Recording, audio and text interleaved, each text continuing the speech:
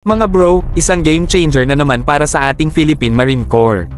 Sa 74th anniversary nila, nakitaan natin ang kakaibang innovation, ang Cyberdragon, isang triaxle VTOL UAV na gawa mismo ng Filipino company na Sinerflight PH. Grabe mga bro, ibang level na talaga ang talent ng mga Pinoy pagdating sa teknolohiya at depensa. Ano ba ang Cyberdragon? Ito ay isang UAV o unmanned aerial vehicle na may twin propellers bawat axle at kayang magbuhat ng cargo hanggang 15 kilograms. Para sa mga simpleng gamit tulad ng supply o kagamitan, pwedeng-pwede itong maghatid ng mas mabilis kaysa maghintay pa ng helicopters o trucks. Kaya nitong sumugod sa hirap. Ang kagandahan ng Cyberdragon ay ang kakayahan nitong makapaghatid ng supplies kahit sa mga lugar na mahirap maabot tulad ng mga kabundukan, kagubatan, o kahit sa mga tabing ilog. Imbes na maghintay ng traditional transport, mabilis nitong nadadala ang mga pangangailangan ng ating troops.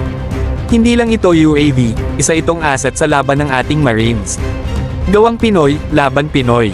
Nakakabilib mga bro, na ang Sinerflight PH ang nasa likod ng teknolohiyang ito. Patunay ito na hindi lang tayo umaasa sa imports, kaya rin nating gumawa ng mga makabagong kagamitan na pwedeng ipagmalaki sa buong mundo.